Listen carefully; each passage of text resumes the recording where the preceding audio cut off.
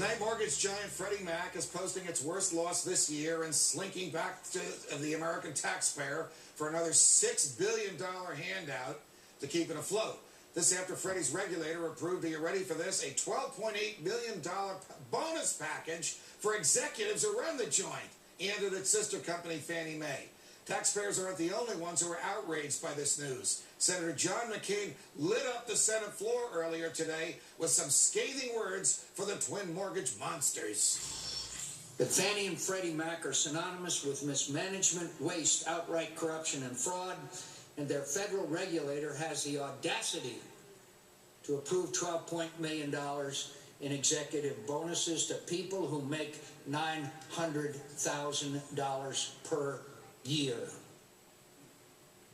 This body should be ashamed if we let this happen. Ashamed if we let this happen. Here now to discuss with my freedom fighters, Fox Business commodities expert, and my colleague and friend Sandra Smith, Carl Jeffers, Democratic analyst, and Lenore Hawkins, Meritas financial advisor. Carl Jeffers, is this the first time that you and John McCain are going to agree on something? Come on. Actually, no, because I agreed with John McCain when he supported comprehensive immigration reform. So there have been other issues, but I've agreed with other conservatives and Republicans. When they make sense, I'm willing to listen. But in this case, Judge, even if there was not proof of, as John McCain put it, fraud, mismanagement, and corruption, the mere fact that, let's say they were running smoothly, the fact that they've lost so much money and had to borrow so much from the American taxpayers, to me, eliminates the opportunity to give $12 million in bonuses, just like I was upset with the entire Congress of the United States when they freed all of that TARP money to the banks without restricting those bonuses to AIG and those other firms getting taxpayer money. Lenore, what will it take for the federal government to understand that it should not be in the mortgage business, that it is just, put aside it's unconstitutional, it's immoral, it's unfair, it's unjust for innocent taxpayers to bear the burden for bad financial deals that Freddie and Fannie either made or acquired?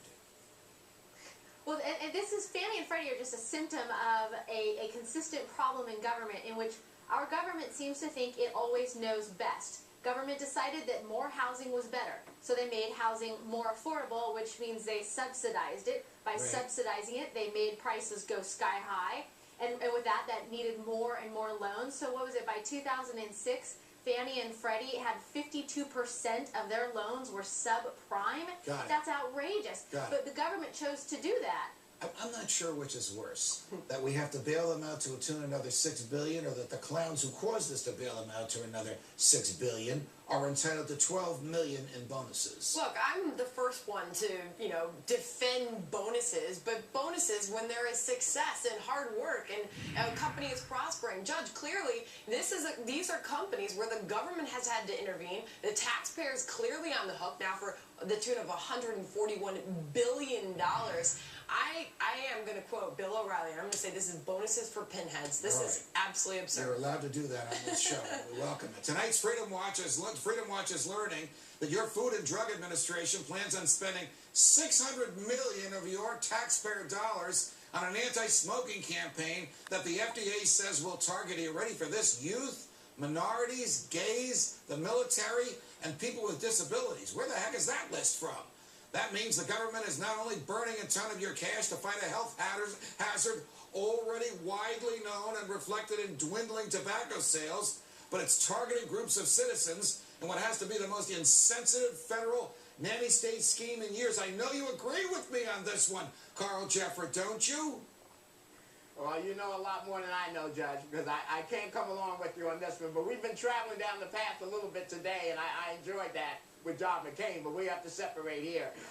The fact is that the reason why the government is targeting those groups is because these groups have, in fact, a disproportionately higher percentage of smokers, and the proof is there that smoking is dangerous, does injure health, and increases health care costs. Okay, we'll concede all that. Doesn't everybody on the planet know that? Do the taxpayers need to spend $600 million to re-educate us on it? No, they should not be spending money on this at all. And Carl, I mean, Twinkies and chocolate bars are bad for me too, but the government doesn't have to go spend taxpayer dollars to go tell me that. I know that. Smoking that can kill you. Smoking can kill you, though, and maybe And so you can do need to obesity. be reminded of that. All right, here's the point, Lenore. The point is that the government, again, just like with Fannie and Freddie, it's not constitutionally authorized to do this. It's not competent to do it. Can't decide what legal products to target like this. It'll never outlaw tobacco because they know it'll be another prohibition, and they earn $50 billion with a B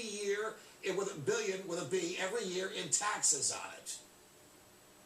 The government's role is to create an environment in which our rights are protected and individuals are free to pursue their interests however they see fit. It is not the role of government to try to influence personal choices when it comes to a legal good. If the private sector wants to do that, then have at it. It can do it either through actual for-profit companies or through charities. But the government has no business trying to influence something that's already so well known. It's You know, just more Carl, waste and Carl, abuse. a bureaucrat in Florida has offered to have the legislature make it illegal to smoke in your own house in that state. Where will this nanny state nonsense end?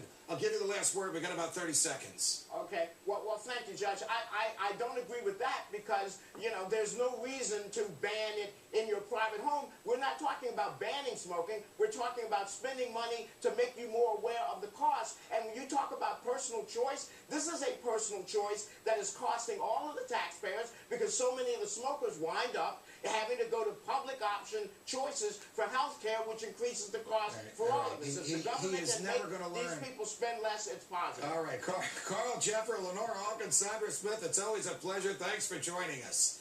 When two